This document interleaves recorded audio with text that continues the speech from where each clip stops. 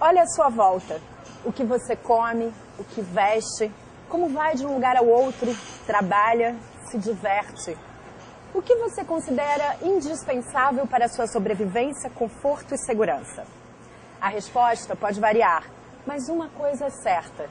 Nos dias atuais, não vivemos sem petróleo. Ele é matéria-prima básica para quase tudo o que consumimos. Mas você tem ideia de como seria o mundo sem petróleo? É o que nós vamos ver hoje no Momento Ciência.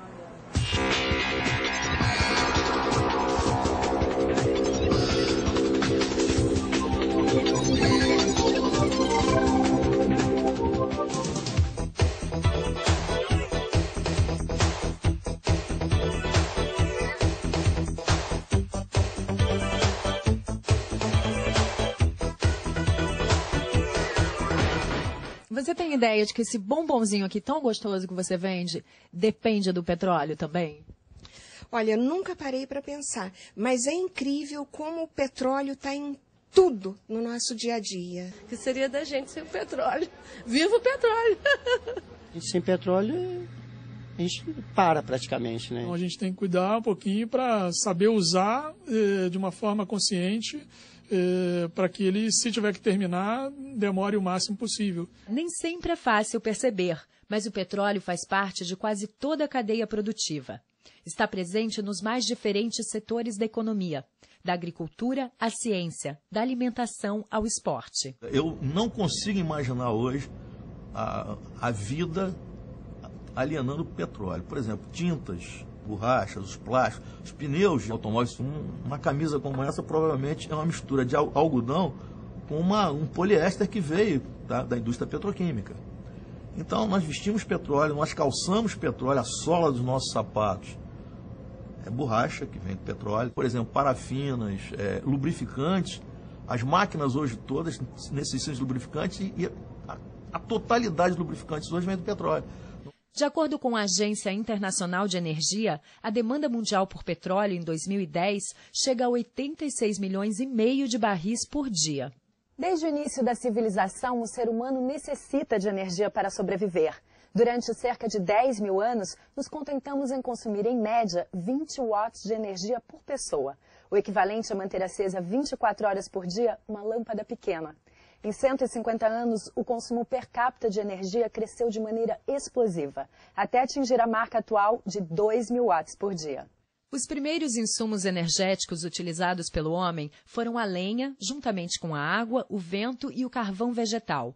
Por volta do século XVI, o carvão mineral tornou possível o emprego, por exemplo, da máquina a vapor, numa espécie de primeira revolução industrial. Nada perto do que viria a acontecer a partir de 1859, quando o americano Edwin Drake perfurou o primeiro poço no estado da Pensilvânia, nos Estados Unidos, o marco inicial da moderna indústria petrolífera.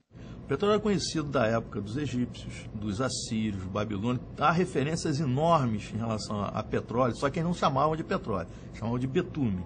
Existiam, digamos assim, aflorescências como se fossem lagos de óleo.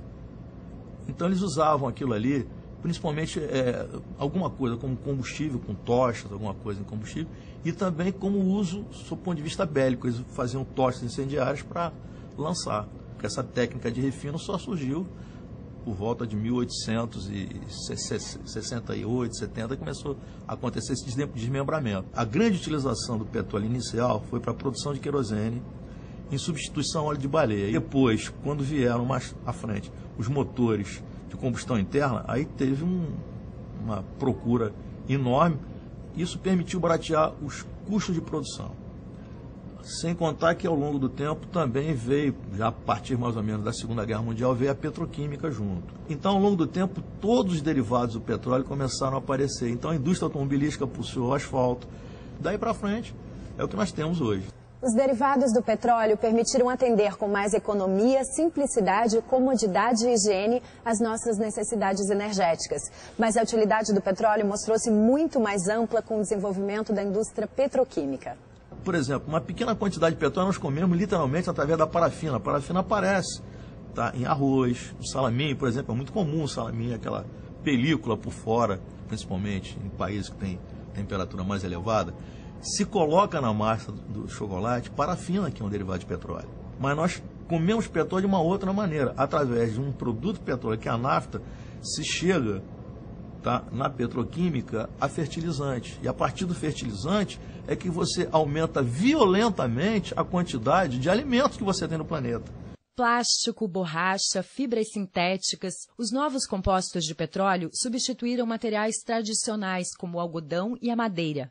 Nossa vida tornou-se mais prática, já que as resinas deram novo design e funcionalidade aos diversos produtos que utilizamos no dia a dia. A empresa tem necessidade essencialmente na utilização de produtos derivados de petróleo na questão das embalagens, materiais de apoio, como containers, para a gente armazenar as matérias-primas. O plástico ele revolucionou a embalagem, pois ele conseguiu aumentar o tempo de vida, né, dos produtos, conseguiu transportar melhor os produtos de forma mais leve, mais segura para o consumidor. Tanto que ele invadiu o segmento de embalagem, porque ele é um dos melhores materiais para a embalagem hoje em dia. Foi só em 1953, com a criação da Petrobras, que o Brasil teve uma empresa estatal para explorar e produzir petróleo no país.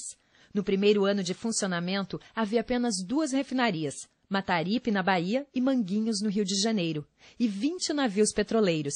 Nesse ano, a empresa atingiu a capacidade de produção de 2.700 barris por dia, número 700 vezes menor que em 2006, quando o país atingiu a sonhada autossuficiência em petróleo.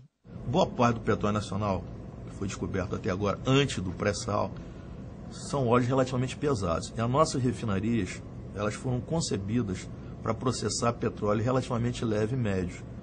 Nós preferimos exportar o petróleo in natura, ok? Para evitar exportar óleo combustível, e trazemos também óleos leves para misturar um pouquinho com os nossos petróleos nacionais para possibilitar o refino adequado. E, ao mesmo tempo, enquadrar o refino com o próprio mercado brasileiro. E nós estamos já praticamente num patamar de 2 milhões de barris de petróleo por dia, ok? Desses 2 milhões, aproximadamente 1.400.000 é colocado nas refinarias brasileiras, outros 600 e pouco, alguma coisa nessa faixa, é exportado. A nossa demanda de petróleo está numa faixa de aproximadamente 1.950.000 para 2 milhões. Nós estamos praticamente zerados em termos de produção, tá, e de consumo. O novo horizonte aberto pela produção na região do pré-sal deve dobrar a expectativa das reservas brasileiras e já coloca o Brasil entre os maiores produtores mundiais de óleo. As reservas brasileiras poderiam, com pré-sal, atingir, digamos, 40, 50 bilhões de barris. A maior reserva mundial de petróleo hoje, num único país, é a Arábia Saudita, que tem 265 bilhões de barris. Especialistas garantem que as reservas mundiais são suficientes para atender a demanda do planeta por pelo menos mais meio século. Mas e depois? Ou melhor, e agora? Quais são as alternativas que estão sendo desenvolvidas para substituir o petróleo na geração de energia e na produção de insumos? Hoje em dia estão se desenvolvendo, já existem plásticos que a matéria-prima, desse plástico, em vez de vir de petróleo, vem da cana-de-açúcar ou do milho. Na parte da manipulação de uso externo de cosméticos, a gente utiliza muito derivados de petróleo, que estão sendo, aos poucos, sendo substituídos por bases, a gente chama de bases verdes. Então, a gente já está tendo algumas possibilidades de substituição. A principal utilização do petróleo, tá, dos derivados de petróleo, é o combustível. Tá?